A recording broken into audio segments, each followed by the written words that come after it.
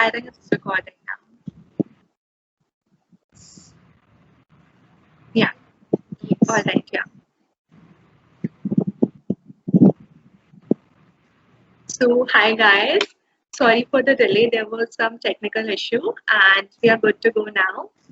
So, I'll give a short introduction about myself. So, I'm Sanya Mehta, one of the Microsoft Learn Student Ambassadors, and I'm currently pursuing BTech from VIT Vellore here in India. And yeah, I'm so happy to see you all here, and thank you so much for taking out your time today and joining us for the session. And talking about the topic, so I'll be covering about how to host the web application using Azure App Services, and then Neha will take up the follower topics. She'll talk about API and all. So yeah, I'll share my screen and will that. Hi guys, I'm Neha, Better Learn Student Ambassador, and I'm a co-host for this workshop. And I'm going to talk about tech communities like Women Tech People, coding blogs, and of course Microsoft also. I'll be covering a few topics on App Center services, that how you can develop your mobile development process. And Sanya will start with the host applications, and later I will proceed with the App Center services.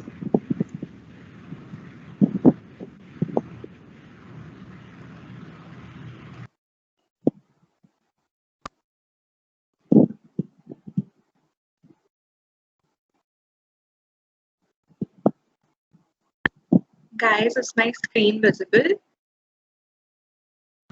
Yes, it is. Go on. Uh,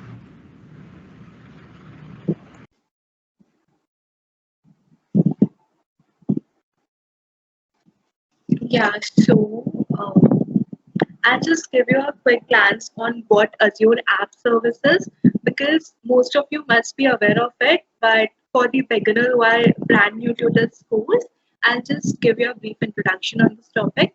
So, this Azure App Service it helps us to build and host web application. And the best part is that we can use the programming language of our choice, and we do not need to manage any infrastructure. Like if we take the physical server, we need to invest a lot in additional hardware. But in case of Azure App Service, we do not need to maintain any infrastructure.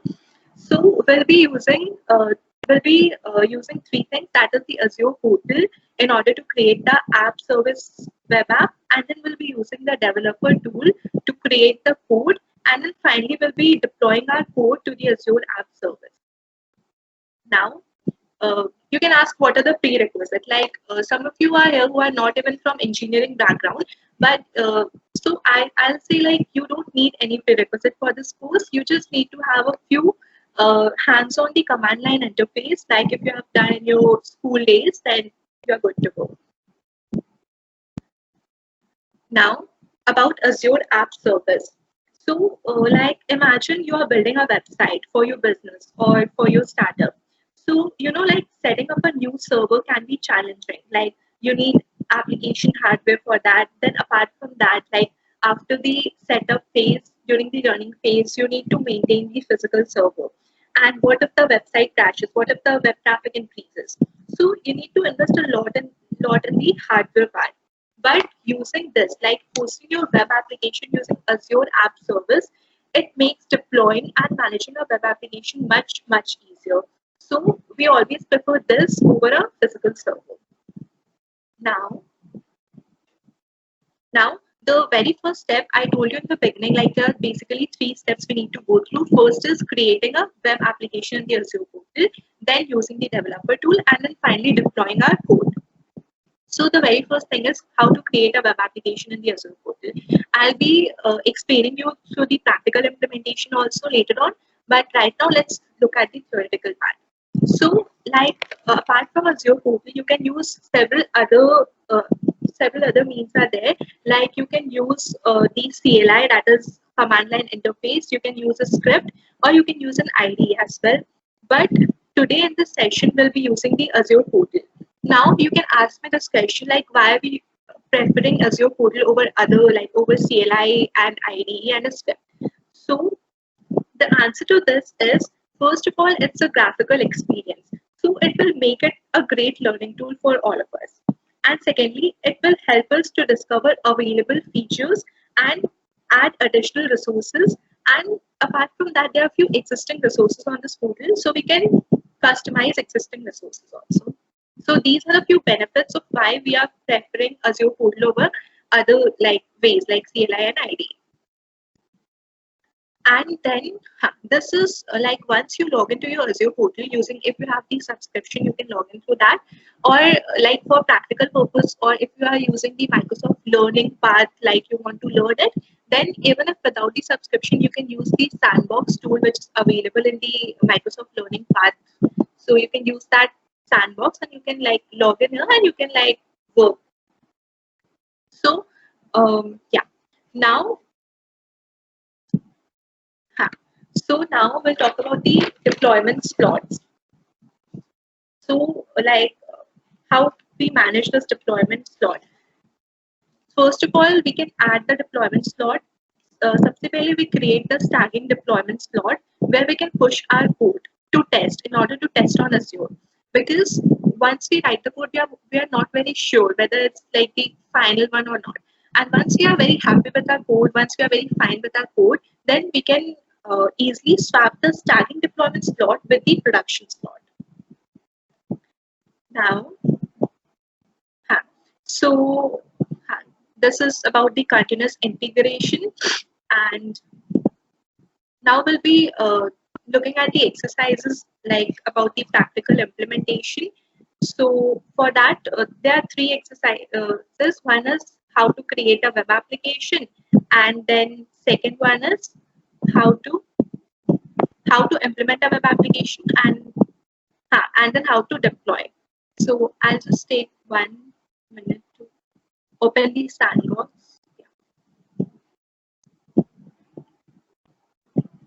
So you can go to the this website and then you can activate the sandbox and work on it.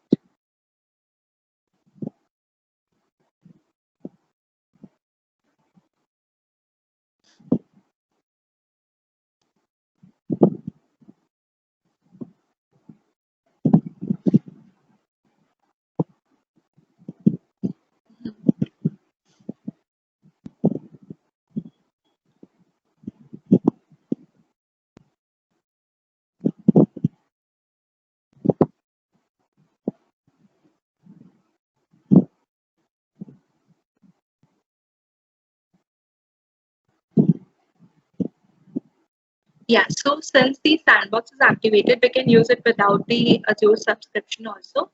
So the very first step we need to do is to click on this create a resource.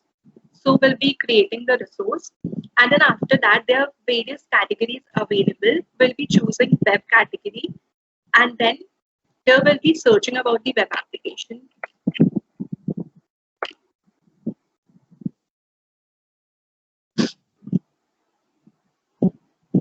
Yeah, so this one. And then just click on this create. And then there will be this setting part. We need to fill each of these values. So it's already given on the learning path what all we need to fill. So, and then you need to give a web app name. For example, I'm writing it like any name, be it Sanya. Just give a name. Then there are two ways. Like if we choose the Docker container, then we need not give the runtime flag because it automatically comes up. But if we choose the code, then we need to give a runtime flag. We'll be using 3.1 LTS, and then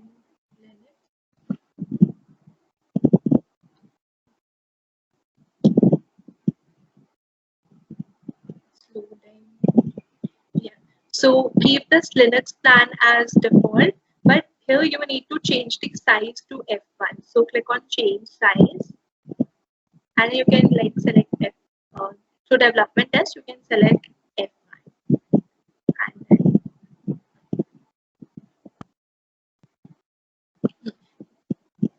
yeah. Now you can just review and create.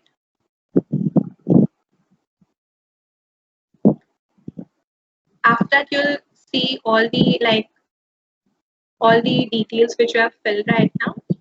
Now you need to preview your web app, like which we have created. We can preview it. So it's showing initializing deployment. It will show the status of deployment.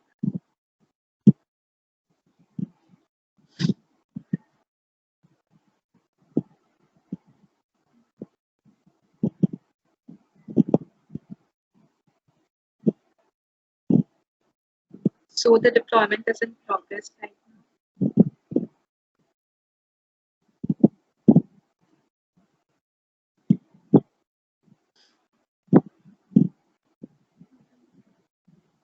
It will take like few minutes. You need to wait.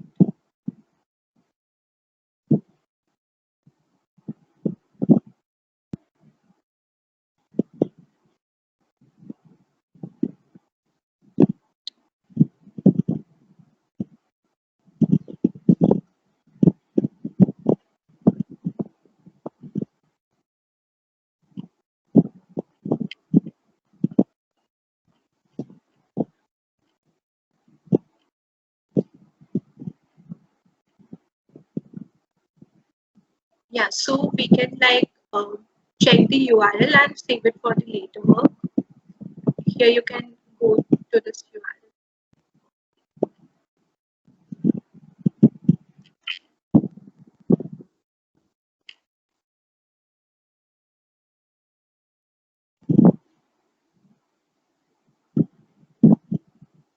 So we have created the web app and we are gonna keep this page away, and then while hosting will come back and we'll see that yes, it's hosted.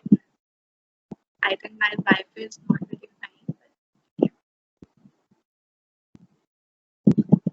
So this is how we create a web application. Like this is the first exercise we did, like creating a web application. Yeah, so you can see here, like it's like the web application is ready, but we need to host it, and we'll come back to this page later on while we'll be doing the third exercise. So as of now, this is the first one. Now, yeah, so we created a web application. Now the very second step is to implement, to write a code in order to implement a web application, and then finally to host that. So this is also one of the exercises in the learning part. You can go there and check it out. So we are gonna do it using the learning, using the CLI, that is command line interface. So for that you need to run all these commands. I'm not gonna write it all, just copy and paste. Like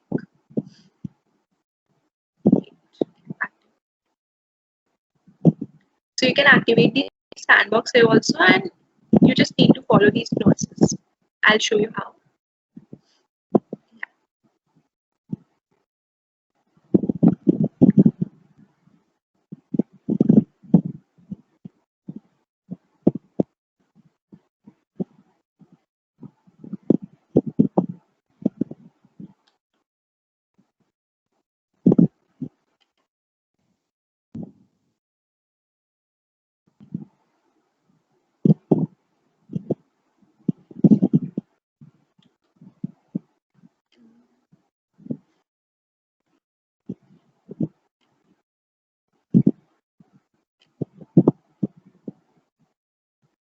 So it will take like few minutes to connect.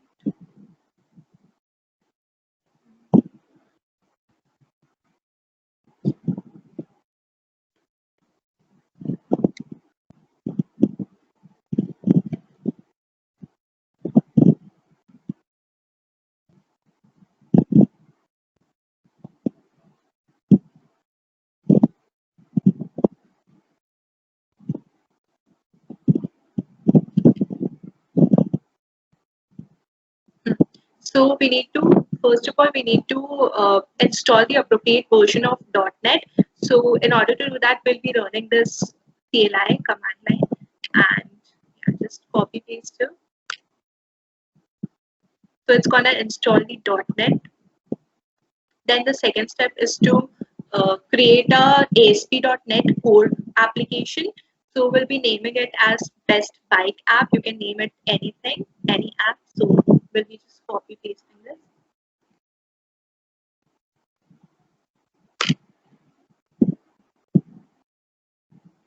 So restore succeed, like it's already done, and later on you can test your web application following these process. But right now I'm not going to do that. I'll just show you how to deploy it, how to deploy your code to app service. So meanwhile, you can optionally test your web app. Now we'll be in our third step, that is to host it. So there's this another, like we need to activate the sandbox again in order to deploy our code, and then we'll be seeing the result here. The like we did the first exercise and this is what we got. It's not hosted, so we'll be doing the third exercise in order to see the changes in this page. Yeah. So for deployment also, there are various ways. First is the manual method and second is the zip method. So we'll be using the zip deployment, and because we have already installed the .NET, so we'll be using the zip deployment. So in order to do that, we need to like zip this package into a zip file. So just copy paste it.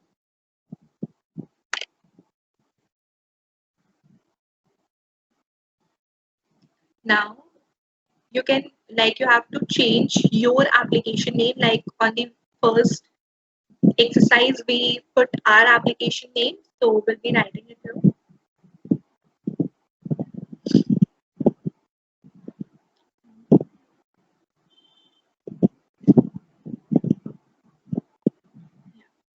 So just edit it with your application name. Like I gave it as China Meta, so I'll be writing here.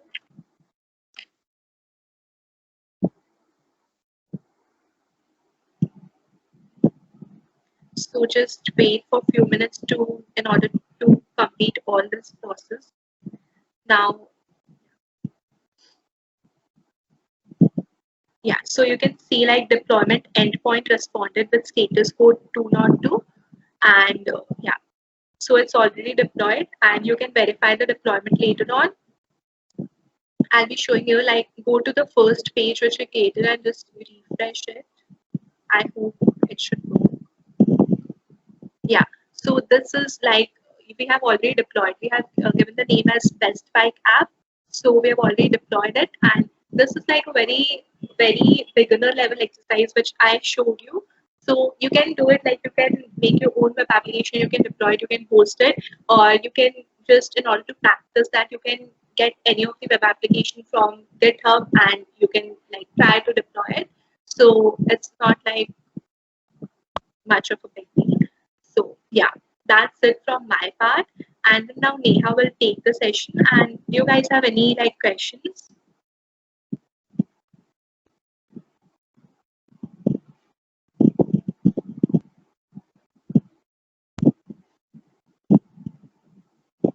Hello.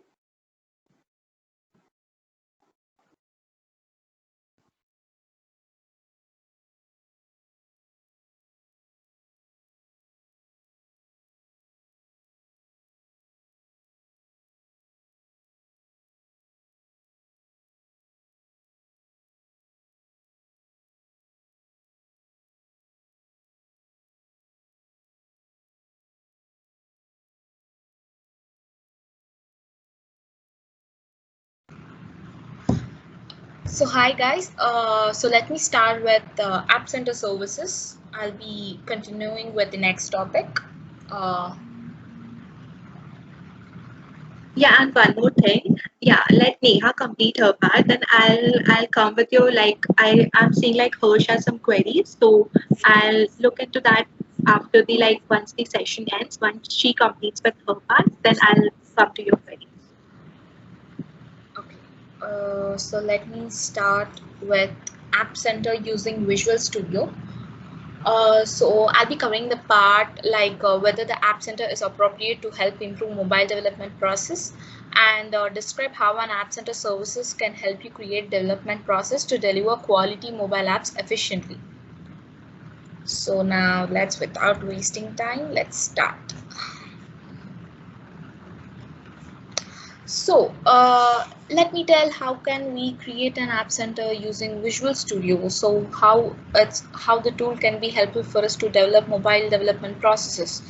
So yeah, what is an app center? So what do you think? What can it be? There are a few definitions and some of the concept you'll see in the App Center services also. So let me tell what are the concepts that we'll be covering. What is actually an App Center? So basically, there are several types of tests that can be run against both source side and compiled software. Automated user interface testing is executed a set of commands against a running app to ensure that receive an expected outcomes. This testing could be done in a form of executing commands like web, desktop, or mobile application. So for example, if we see there's a company, you may want to ensure a set of specific steps results in an item being added to the customer's cart. Or you may want to verify steps involved in searching for a type of product. You may even want to ensure that all the steps that are required to place an order are working correctly. So App Center Test is a service in App Center that runs augmented UI testing or a native and hybrid mobile apps. These tests run against physical devices in a Microsoft data center and allow you to review the resulting success status, any logged information, and any captured screenshots. So how you can deliver it continuously? So continuous delivery is an ability to deploy a new version of your app to your users automatically when a new build is ready and when a new feature is added to your app and ready to set to testers all the users. It is more reliable to use an augmented delivery system. With continuous delivery in a place, once a new feature is in the correct location in source control, an augmented system can pick up the latest code, build an app deliverably, and make app available for testers or any number of internal public app stores. Like many of you would use Play Store. So there are many apps that were created from the students also, and most of the customers use the app for the efficient use. So how this all is created? It can be also created using Visual Studio App Center, which is similar as Play Store. Hey Neha. Yes. I think your screen is not visible. Like I can't see. Have you shared your screen? Yes, I have screen. Okay, just a minute. Let me see. Try to like reshare again. Yeah, now it's visible. Yeah. Okay. Just now. Is it all right? Yeah. Okay. Proceed now.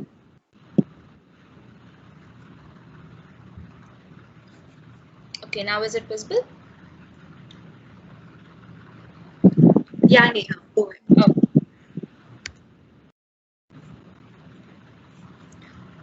So how Visual Studio App Center is useful for us? So let me tell, a Visual Studio App Center is a collection of several common mobile development and cloud integration services. Services such as continuous integration, which was said by Sanya in the previous section, and continuous delivery and automated UI testing. An App Center services can run against iOS, Android, Universal Windows Platform, UWP, and also tvOS apps. These apps can be built using several different native and web-based frameworks. And App Center services allow developers to build, test, and distribute their applications easily.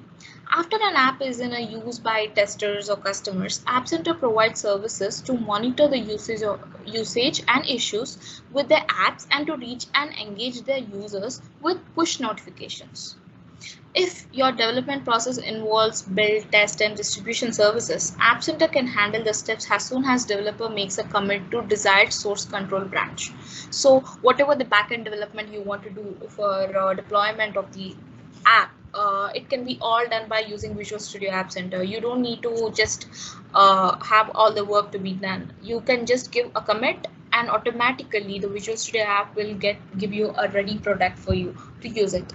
So App Center can build an app for iOS and Android also and run integrated UI tests to ensure the app meets expectations.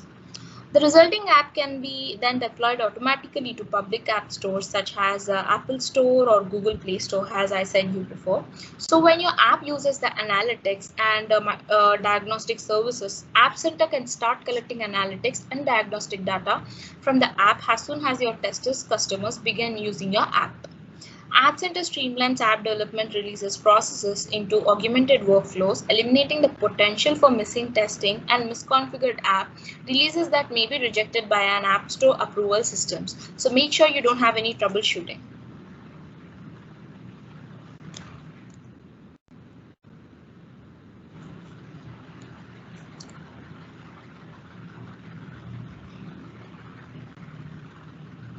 So now, what source control systems can be used to build an app center? So actually, an app center build services connect source code of your app to a secure cloud infrastructure that will take care of build for you.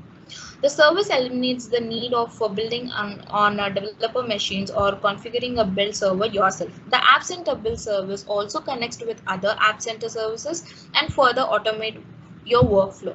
You can automatically run automated UI test in App Center test and distribute your release with App Center distribute. So about coming to the control systems that can be used, an App Center build can connect to several source control systems. If you use supported source control system, App Center build can be configured to connect to those systems and retrieve your app's code directly. So the source systems that supports App Center build is GitHub, Bitbucket, and Azure DevOps, where we'll be now discussing deep about GitHub and Azure DevOps.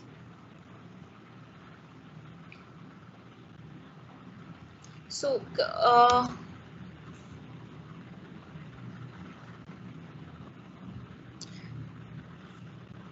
So let me tell you, how can we build apps? When an app center builds your app, it is built using a clean environment every time. Your app build gets a clean virtual machine, then is used to build a source code into a release. After the app is built and the release is saved, the VM used to build your app is discarded. This process keeps the build environment clean and secure from your other app center builds and other app center users. Builds for iOS and Android apps are run on Mac OS virtual machines with several deployment and runtime packages. UWP apps are built on VMs using hosted window agents. If your app builds require special software to build, you will need to make sure that the software is available on a default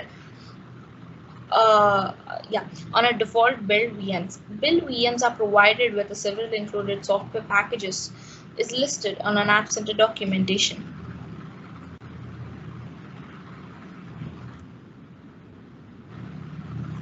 So how an app can be tested? How it works? Now you can understand the build of aspects. Let's see how App Center can run test suits against your app using an interface. So here you can see few steps that how can we use the Visual Studio App Center. So the device configuration here, the device configuration is a combination of device model and operating system version. If you have an iPhone XS running iOS 12.1 would be a device configuration, and it would be a different device configuration than an iPhone XS running on iOS 12.4. So what is a device tier? Device tier is a measure of device popularity which is sometimes adjusted by a device age. Device configurations are grouped into tiers. The most popular devices are tier 1, such as flagship phones from major manufacturers. App Center maintains more of these tier 1 devices, meaning short wait times when running tests. The tier 1 devices when eventually become tier 2 devices as they grow older. Lastly, tier 3 devices are edge devices that are not common or popular in market. These devices are available in smaller volumes. And they may have longer wait times. And device set. A device set is a collection of device configurations. These collections provide convenient access to devices that are commonly used for repeated tasks. For example, you might have a device set representing a broad range of device configurations that are used for a minimal launch test to make sure app launches correctly within each planned App Store release. So how are these devices available? App Center maintains a list of available devices and their operating system's version. Generally, you'll find the most common device configurations representing the most popular devices from major manufacturers. You'll also find old configurations of popular devices that may have reached the end of their system updates. So how can we test test run the execution of our app. So test run is an execution of set of tests against our device with a set of using an application binary. App Center test will load your application and the necessary test files onto each device configuration in a set and run the set of tests. So how can we execute the tests? Yeah, your test run execute an actual device in a Microsoft data center where has a test are run on the device. App Center test will remind any logs and screenshots that are generated during the run in the resulting test report, and these reports are maintained into the review after the 6 months. So all this work is done by step-by-step process by creating an Azure app, uploading it into the Azure memories, and the insights will be having it, and deployment it into the cloud natives, and the distribution and analysis will, during the done of Hockey app. So how App Center distribute works? App Center can build a test of your apps, but regardless of how you build the app, you can use App Center distribute to deliver a release to the target audience. If you have pre-release testers, you can distribute the latest alpha or beta release to them in order to gather their feedback. Maybe you have a collection of external users who can get pre-release versions of your app for feedback, but you can also distribute your release builds to the public app store. So what is a distribution group? Distribution group is a collection of users that you can manage together. These groups allow you to configure access to release for everyone in a distribution group at once. Distribution groups can be private, public, or even private being in default. So coming to the private distribution and public distribution. Private distribution group means that only testers who are invited via email are able to access the releases that are available to the group. Once the tester is a part of private group, they will receive new release notification emails. Members of private groups must sign it into the App Store account to access releases. And coming to the public distributors, they allow unauthenticated installs from public links. After the group is named, it can be made public. As with private groups, members of public group will receive notification emails about new releases. Additionally, a public download link that will not require signing the download the release. So a private group of internal alpha and beta testers, a private group of internal question and answer users, a private group of external beta testers, and a private group of external pre-release users. There are multiple groups. So how to add it into the distribution groups? So here you can see our distribution groups in the App Center icon. These new users can be added to the distribution groups by email address. The added user is sent an email to join the group. Additionally, users can also be added for the Azure Activity Director ADD groups, where these link an ADD tenant to your organization's App Center subscription. Once the tenant is linked, you can start adding ADD groups to your App Center distribution groups. Manage iOS devices automatically. Means with an App Center distribution, you guys, if you want to the device IDs managed for you, you can register your Apple ID credentials and a production certificate, and Apple Center will manage these device IDs for you for your app only. With each release, all devices in a target distribution group will be registered and provisioned. With the devices provisioned, it can design your app to install on any of these distribution groups and devices. So how can we release the build of this distribution group? So once you have to build, whether built by App Center or built by your own building system, you want to release it to the group for testing. Releases can be done using few approaches. Creating can be done by App Center build configurations by providing an appropriate code signing certificates and configuration values to App Center. With code signing configured, you can enable distribution to one or more distribution groups and App Centers. Additionally, if you create your signed buildings from your own build system, you can upload them to App Center yourself. Uploading build can be done from new releases button found with distribute here and releases here, stores section in the App Center app. You can also upload releases using the App Center command line interface or App Center API. When your distribution group users start downloading the release, App Center will count how many installs and unique installs are completed. The data is available from the releases data for each release. Release a build to an app store. A new release you upload, you can be distributed to the app stores of company where Apple App Store, the Google Play Store, and via company distribution through Microsoft Intune. For each of these distribution points, you will configure App Center with any required signing certificates and authentication or service account details. New releases of your upload can be distributed to app stores or company distribution portals. For iOS and Android apps, you can distribute your app to the Apple App Store or Google Play Store or any of your related company too. Now let's see how diagnostics work. You can see here there's even diagnostic analytics test build. So I've deeply completed about how we can test an app, build an app, distribute an app, and now I'll be diving into the diagnostics.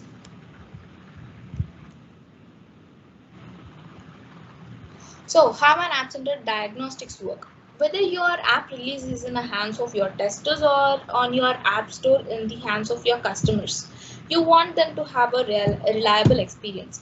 App failures are bound to happen. Though you want to know as much as you can about the errors that lead to it, this data can help you find the issue in your code and fix it quickly.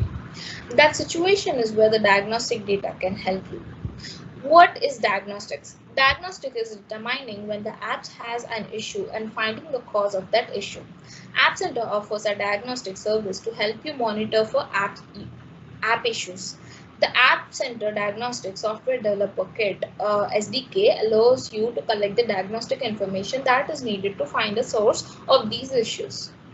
When the data is collected, when using your App Center SDK and your app encounters an error that will cause the crash. The details are written in the local storage before the app unloads. Since your app is encountered in an unexpected error, the app is in a state that isn't reliable enough to send the data to App Center.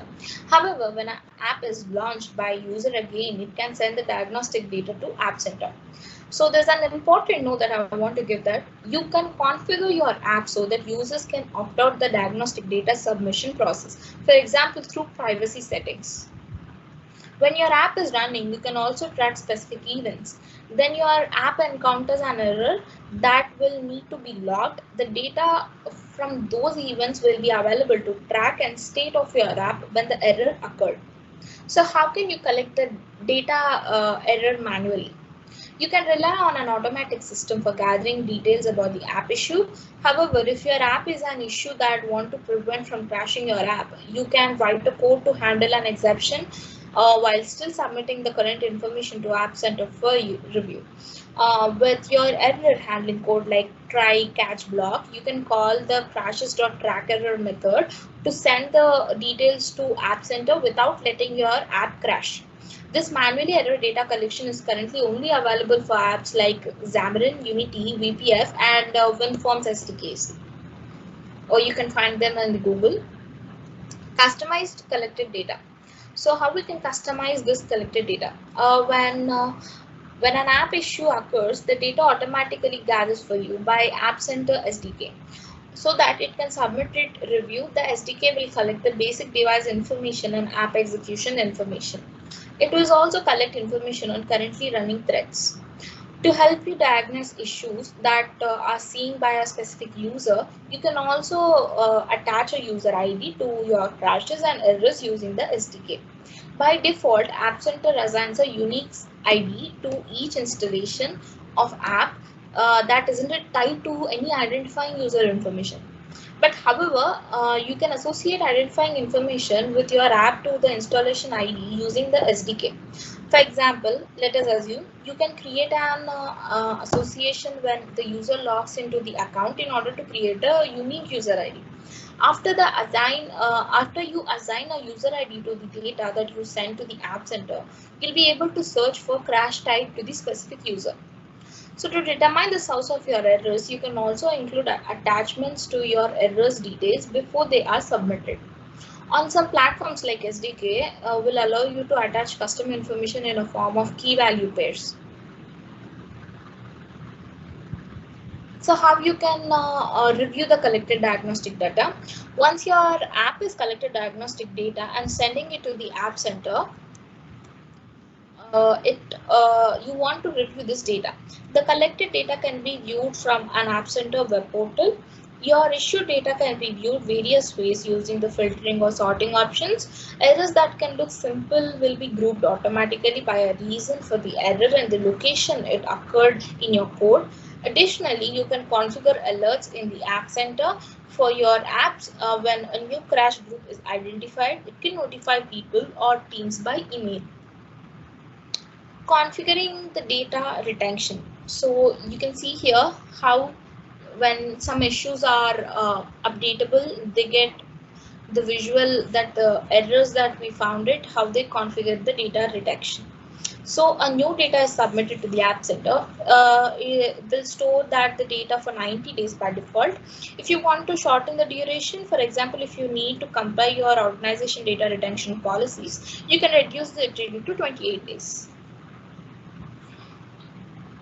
So currently you can configure only data retention up to the period of 90 days or 28 days only. Just make a note of it. And if you wish to retain data for longer periods, you can configure App Center to export data to Azure Blob Storage, which is using for App Center API. By continuing exporting older data, you can also maintain much more historical data as you wish for the later reporting use. Now let's dive into the practical section that how you can create a App Center account and explore the App Center account.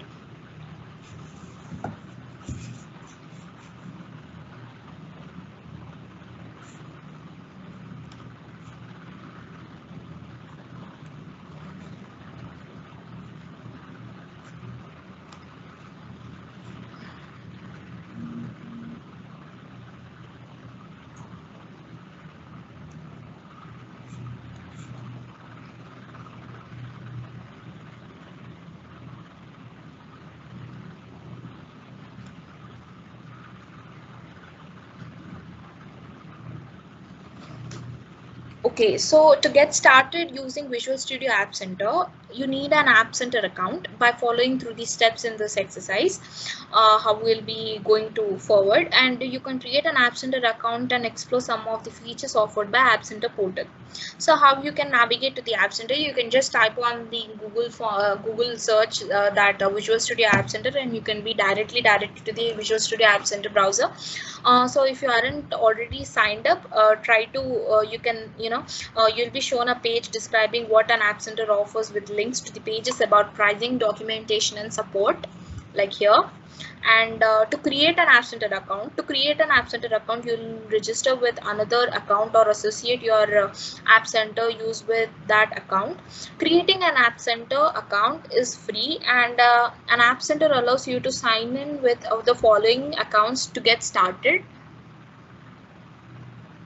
So there is a GitHub account, personal and a company account from Microsoft, Facebook account, and a Google account. To create an App Center account, I'll be using to follow this link, you need to just sign into Visual Studio App Center, authenticating with one of the providers like GitHub, private, personal, work account, Facebook, or Google. You will proceed through whatever authentication system you pick, and when you complete the authenticating with one of your providers, you'll return to the App Center back.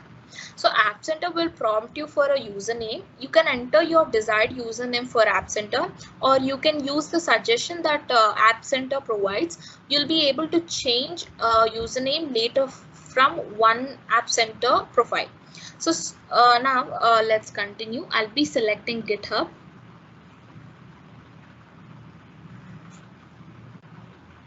So yeah, it welcomed me.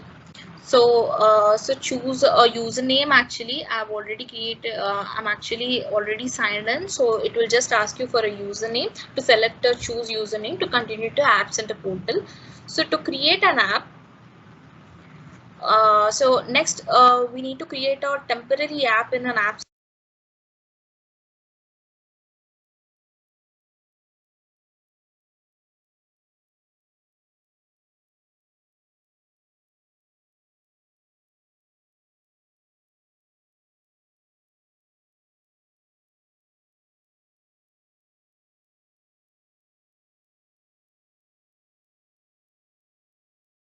Excuse me, you guys are on mute.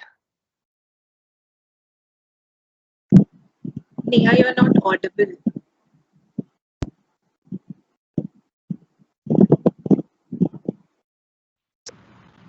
Now, Yes, you're audible. from what time am I not For the last 30 seconds. audible? Okay, fine. So I will be starting from.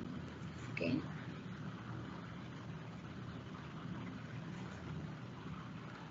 Okay, fine. So yeah, we need to create a temporary app and to explore the App Center services. At the top right, select Add New. The button will present the option to add new app or add new organization. Select the add new app to start creating a temporary app center. So enter an app name from your choice, like whatever we want. So let me create an app using like COVID-19 because it's the worst what is going on. Yeah, and select any one of your release type. Like values for this temporary app. Notice different options that available, for example like alpha, enterprise, store, beta, etc. Or you can specify your own custom type also. So I'll be specifying my own custom type.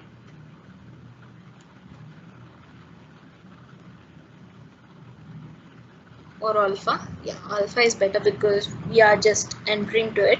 So as you select the different OS options, notice which platform and languages are supported. For example, the platform option change between iOS and Android. So yeah, um, so select an OS value of your choice for this app. So I'll be selecting Android. And when coming to the platform, I'm much aware with the Java and Kotlin, so I'll go on with it.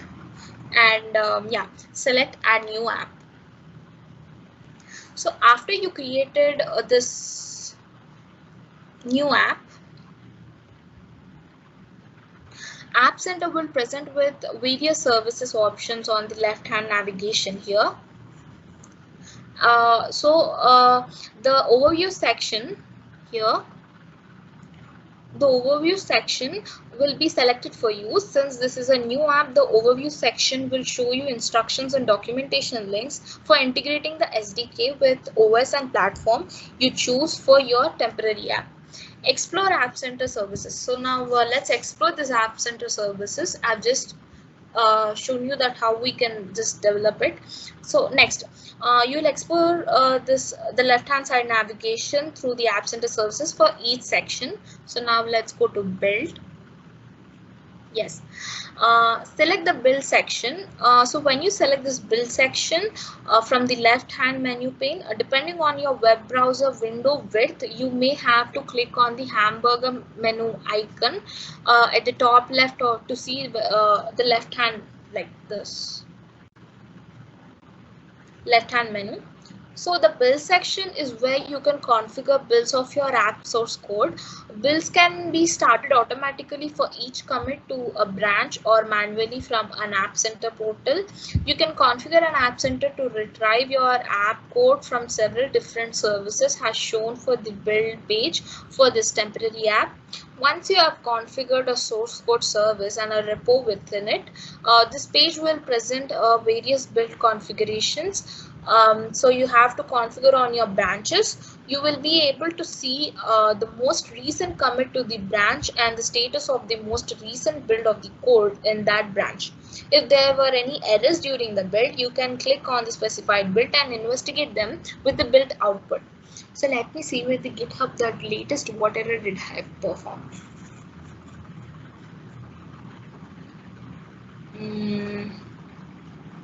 Yeah, there is a much more things I did, but let me see how it goes. I'm gonna select my data science course. So this is the last commit where, yes, I have recently worked on the data science course, and this is what the last commit branch I have performed.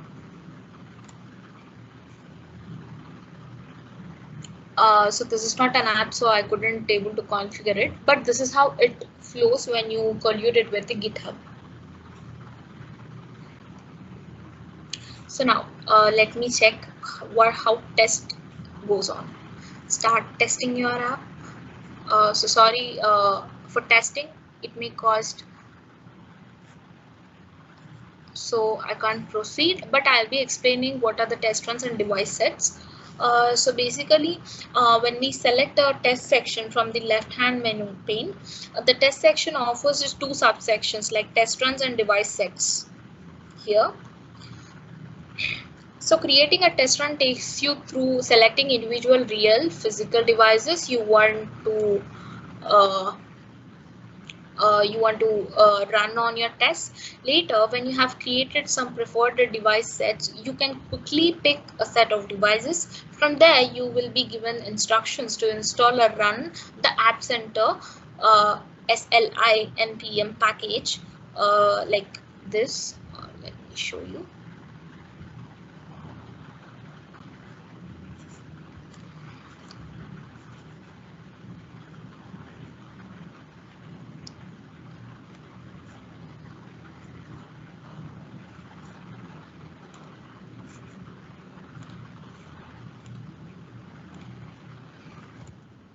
Similar like App Center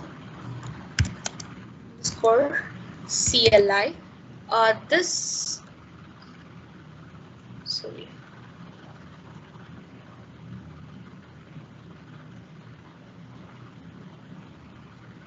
So this package will allow you to run tests on the selected devices on demand. And next, there's a device sets. So creating a device set allows you to create pre-select representative devices for testing your app. If you know most of your users are on fairly new Android devices, for example, if you could pick a few of the most recent Android models like Temple Run example. So alternatively, if you create an app specific to iPad tablets, you could pick out several iPad, iPad mini and iPad Pro devices.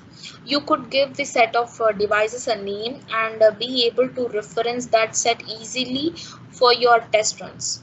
You might also create a device set that represents the devices that seem to produce most of the problems for your app users. This would allow you to run tests for known issues before releasing a new build to make sure you have introduced any regressions to those users. So this is how it goes, but maybe yeah. We haven't configured any app, so I couldn't proceed with yeah. So see, there are few mobile phones and Android version 11 which most of the problems of your app use can be rectified. And now let me explain you about distribute. So when you select the distribute section from the left hand menu pane, from the distribute section you can send the previous builds to your various distribution groups or directly to an app store. It has several subsections releasing groups, releases, groups and stores. So within releases section of distribute, you can distribute a release. You either upload a build manually or okay, you can either build it manually or tell it which previous build you want to distribute. You will go through the distribution groups from doing it by distribute groups section. So you'll be able to pick which release groups or app store to send your build in the new release steps destinations. You'll set up in another section of distribute. Within each release you distribute, you'll be able to see the distribution group that was used as well as download the count of releases. So when it comes to the inside the group section, so there is one collaborator in my data science course. So it is showing you only one collaborator, one tester. So yeah, so how you can collaborate and see that how many releases you can do it. So yeah, so you can create them, manage your distribution groups. You can set these groups to reach predefined sets of users, such as users who handle app testing, such as users who handle app testing or pre-publish approval reviews. Finally, let's see what the store section do. So actually the store section distribute gives you options to set up links to the public app stores to release your app to the end users. So there you can find with connecting the stores allow you to publish your app that. And for iOS apps, you would set up a connection to the Apple Store and Intune Company. This Intune Company portal is similar to iOS app. And for Android, you would set up a connection to the Google Play Store or Intune Company portal as well. Now let us dive into the diagnostic section from the left-hand menu pane. After you have the App Center SDK incorporated into your app, you will start to see crash information in the diagnostic tests. So this is how it goes. So this data points will start to show when you start having crashes reporting your app users. There will be charts and crash counts as well as a list of error groups that you will click into learn more about it. But we haven't deployed or configured any app, so I couldn't be able to proceed with the issues what I have in the app. But even in the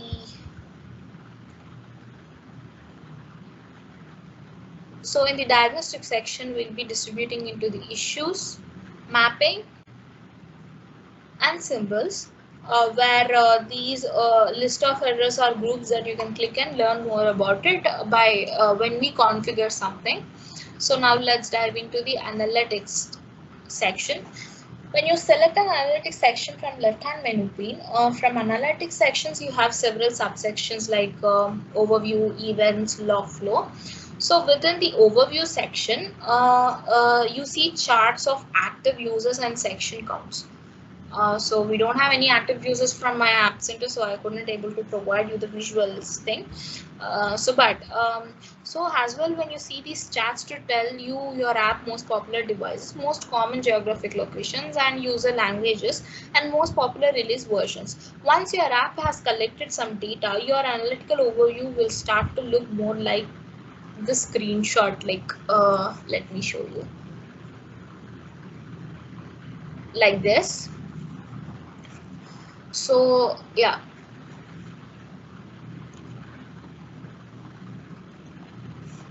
so this is how the chart looks as I have explained prior, and the analytics, that number of users affected and how many of them crashed it. And now when we dive back to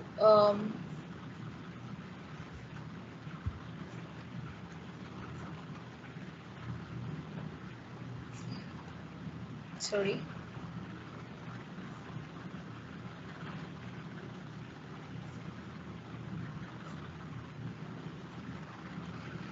Yeah, so when we dive back to the event section, after you have App Center SDK incorporated into your app, the event section of analytics give you a table of events that your app has reported. You can then sort these events by overall count, trending movement, number of users trend in your user count, and the average per user. So now coming to the log flow, if you want to see real-time events coming in from your app, you will find a data in your log flow section of analytics here. So here, this can help you confirm the data is coming in correctly from your app after you set it up. If you know a particular event should be showing up, you can verify your app in sending the view.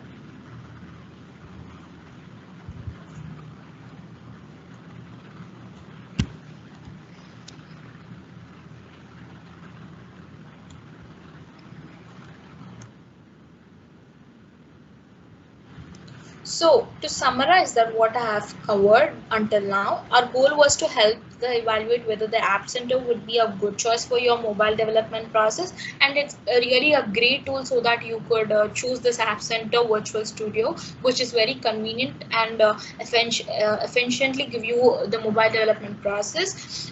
So the development criteria you can see to guide your decision is by integration, efficiency, and quality, which is 100%. Visual Studio is a good tool to go on. So you'll analyze your business process against each of these criteria. So the results should give you an idea of how well an app center services could meet your needs. So that was the end topic for the app center service.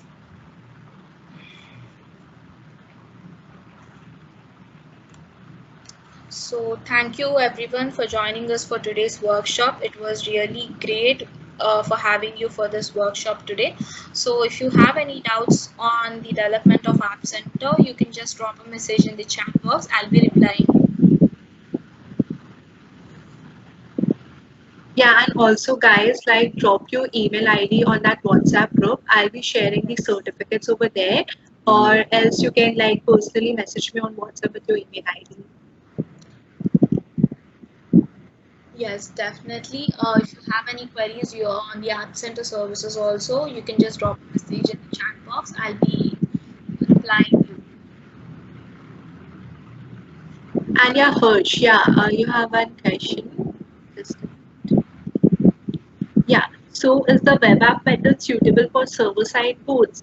So Harsh, yeah, like I can say like it is suitable because the load balancer can be installed in the app, right?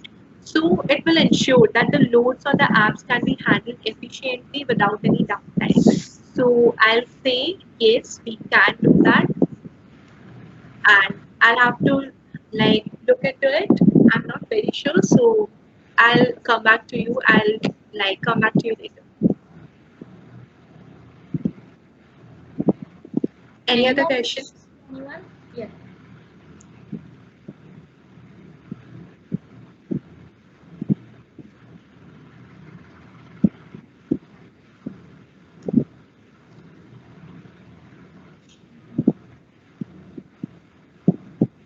Thank you. Thank you, I think we Harsh. can find it up then if no question. Thanks for the And wonderful. if anyone who wants to like share their experience with Microsoft Azure, then you can like come and share your experience. Yes. No one.